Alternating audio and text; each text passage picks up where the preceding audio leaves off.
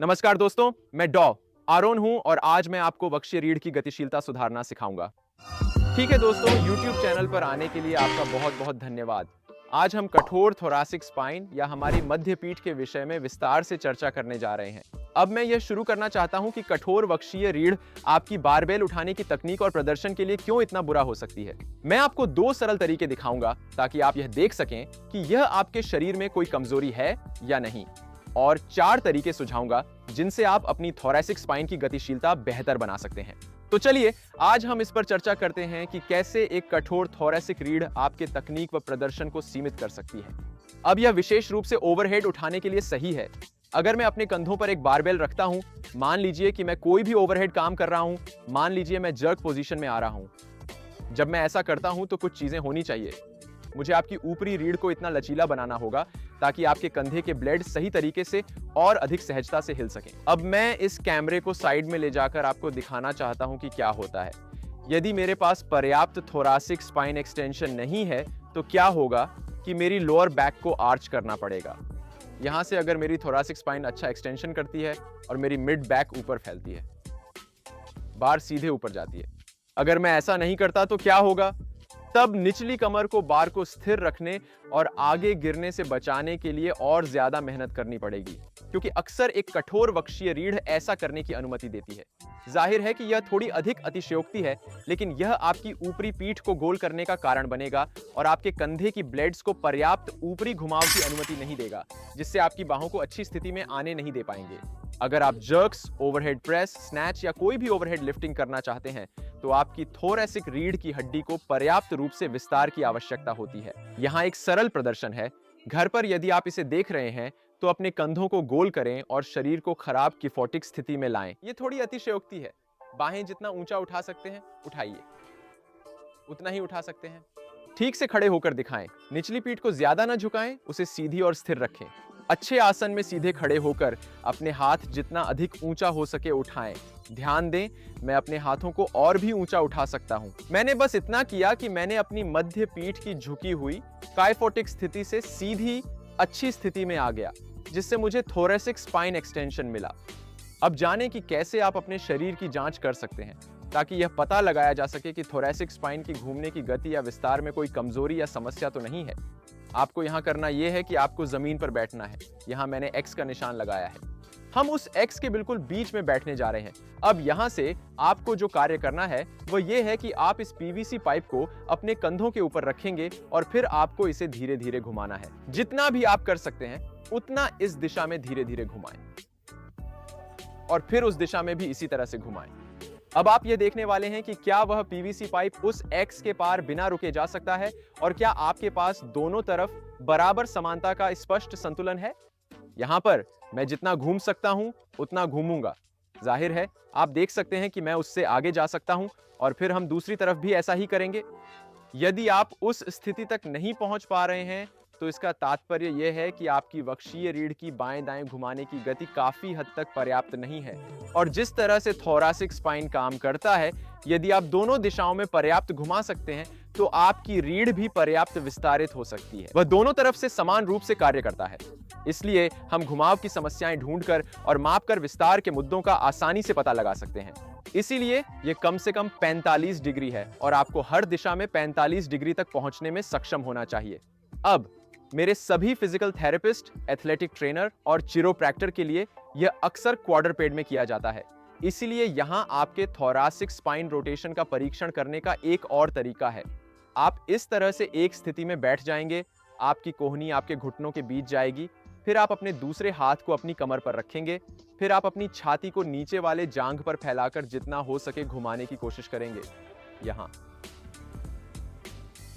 घुमाएं, पीछे जाओ। और हम देख रहे हैं कि क्या आप अपने सीने को कम से कम 45 डिग्री तक खोल सकते हैं दोनों तरफ, और क्या यह सममित है। अगर आप एक तरफ इतना ही कर सकते हैं और दूसरी तरफ बहुत अधिक या बहुत कम गतिशीलता है तो यह आपके थोरैसिक स्पाइन के चलने के तरीके में असंतुलन है, जो आपके हाथों को ऊपर ले जाते समय तकनीक और समस्याएं पैदा कर सकता है। तो फिर से ये ऐसा दिखेगा। यहाँ ऊपर घुमाएं मैं कितना जा सकता हूं और फिर वापस नीचे। धोखा मत करो और ऐसा मत करो और अपनी छाती ऊपर उठाओ, क्योंकि तब तुम अपनी कमर की रीढ़ से भी बहुत सारी हरकतें कर रहे हो। तो यहां तुम कितना ऊपर जा सकते हो, वापस नीचे। तो अगर उन स्थितियों में कोई समस्या मिली है तो चलो इस पर बात करते हैं कि इसे कैसे ठीक किया जा सकता है। आओ उस पहले वाले व्यायाम में वापस लौटते हैं जिसे मैं फोम रॉड के साथ कर रहा था। अब यह थोरासिक स्पाइन एक्सटेंशन को सुधारने के लिए एक बहुत ही सरल गतिशीलता उपकरण है। आप उस फोम रोलर को अच्छी तरह से अपने कंधों के ठीक नीचे की ओर रखने वाले हैं। तो यह आपकी निचली छाती की रीढ़ की हड्डी पर होगा। यहां से हम अपनी कोर की मांसपेशियों को मजबूत करेंगे। हाथ इस पोजीशन में रहेंगे और फिर आप धीरे धीरे सिर के ऊपर की दिशा में आगे पीछे झूलेंगे। हम जो कर रहे हैं वह है हमारे छाती की रीढ़ को विस्तार में लाना, हमारे हाथों को ऊपर उठाकर। तो वह आखिरी स्थिति, वह आखिरी गेम जिसमें हम सुधारने की कोशिश कर रहे हैं। अब यहीं से आप छोटी छोटी सीटअप्स कर रहे हैं, फिर आप अगले स्थान पर जा सकते हैं।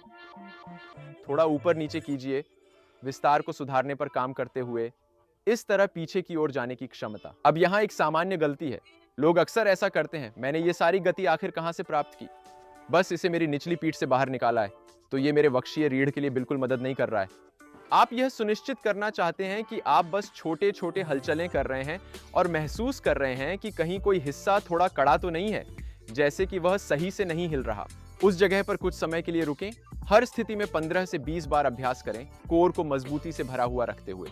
फिर से हर एक के बाद दोबारा से टेस्ट करें। अपने हाथ ऊपर उठाएं और देखें कि उसमें कोई सुधार हुआ है या नहीं। अब उसी फोम रोलर को उठा लें। अब आप इसे नीचे फर्श पर रखने वाले हैं। हम प्रेयर स्ट्रेच करने जा रहे हैं। ये मुद्रा योग में एक समान मानी जाती है। अब हाथ ऊपर रखें और सीने को जितना नीचे आ सके धीरे धीरे छोड़ें, तो यही दिखेगा। अपने हाथों को ओवरहेड स्थिति में लाएं। अब अच्छे से घुटनों के बल बैठे। यहां से जैसे ही नीचे जाएंगे, सीने को अधिक से अधिक नीचे गिरने दें। हाथ सिर के ऊपर होंगे। आपको मध्य पीठ में खिंचाव महसूस होना चाहिए। जब निचली स्थिति में हो, 5 गहरी सांसें अंदर बाहर लें। हर बार सीने को थोड़ा और नीचे गिरने दें। आइए देखें यह कैसा दिखता है। नीचे गिराएं। 5 सांसें।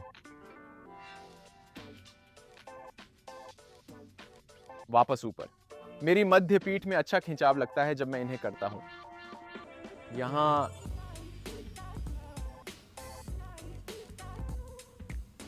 और वापस ऊपर। तो ये है प्रार्थना खिंचाव। ठीक है, अब चलो इसे एक कदम आगे ले चलते हैं। तुम क्या करने वाले हो? अपना पीवीसी पाइप पकड़ो।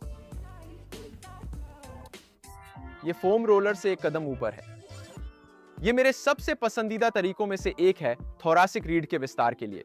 आप अपनी पीवीसी पाइप लेंगे और आपके हाथ इस स्थिति में होंगे। यह उस फ्रंट ट्रैक स्थिति की तरह होगा और आप बॉक्स के पास घुटनों के बल नीचे बैठेंगे। अब यहां से आपको अपने सीने को धीरे धीरे जमीन की ओर झुकाना है। कोशिश करें कि आपकी पीठ में थोड़ा सा ढसाव हो। ध्यान रखें, सब कुछ आपकी निचली पीठ से ना हो। जितना संभव हो इसे मध्य पीठ से लें। तो यहां से हम नीचे जाएं और कोशिश करें कि चेस्ट को धीरे से गिराकर उस पीठ के मध्य भाग में स्ट्रेच को महसूस करें और फिर धीरे धीरे ऊपर की ओर आए। इसे आराम से लगभग 5 गहरी और लंबी सांसों तक रोकें। कोहनियां ऊपर रखें और धीरे धीरे नीचे की ओर जाएं।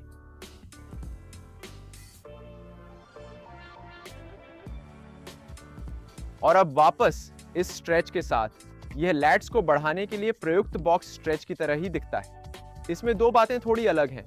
हमारी कोहनियां अच्छी तरह से वी आकार में होंगी, जो कंधों को बाहरी रूप से बेहतर घुमाने में सहायता करती हैं। क्योंकि लैट्स आंतरिक रूप से घुमाते हैं, इसीलिए खिंचाव के समय बाहरी दिशा में घुमाना चाहिए। बॉक्स स्ट्रेच में जब हम लैट्स को हिट करते हैं तो निचला पीठ भी थोड़ा बहुत घूमता है, क्योंकि लैट्स ह्यूमरस से जुड़े होते हैं। साथ ही हमारी निचली पीठ में संबंध होता है। अगर हम पीठ को गोलकर हाथों को वी में रखें तो लैट मसल दोनों तरीकों से खींचती है, जिससे मसल में अधिक तनाव आता है। तो लेट स्ट्रेच यहां होता है और फिर जब हम नीचे जाते हैं तो हम अपनी पीठ को इस तरह गोल कर रहे हैं। जबकि वक्षीय रीढ़ की हड्डी के साथ, या यहां मैं लैट खिंचाव एक बार फिर से दिखाऊंगा यहां, और मैं अपने हाथ के बाहरी हिस्से पर बहुत अच्छा खिंचाव महसूस कर रहा हूं। वहीं छाती की रीढ़ के साथ मुझे जरूरी नहीं कि आपके हाथ वी में हो और हम उस पीठ को घुमा रहे हैं, तो हम उस वक्षीय रीढ़ को फैलाने पर काम कर रहे हैं। तो हम ह और फिर ऊपर उठें और यह बदलेगा कि आप उसे कहां महसूस करते हैं। अब अगर इस दौरान कंधे में अवरोध जैसा दर्द हो तो बस हाथों की स्थिति बदलें। आप थोड़ा चौड़ा, संकीर्ण, वी आकार या अंदर जा सकते हैं। वह स्थिति खोजें जहां कंधे का दर्द कम हो और मध्य पीठ का खिंचाव अधिक मिले, तो यह वाकई में बहुत अधिक सहायक सिद्ध होगा। तो यही हमारी बॉक्स स्ट्रेच की प्रक्रिया है। अगला कार्य जो हम करने जा रहे हैं उसमें आपको बस एक बेंच पकड़नी होगी। यहां सेटअप कर लें और फिर से वही फोम रोलर चाहिए।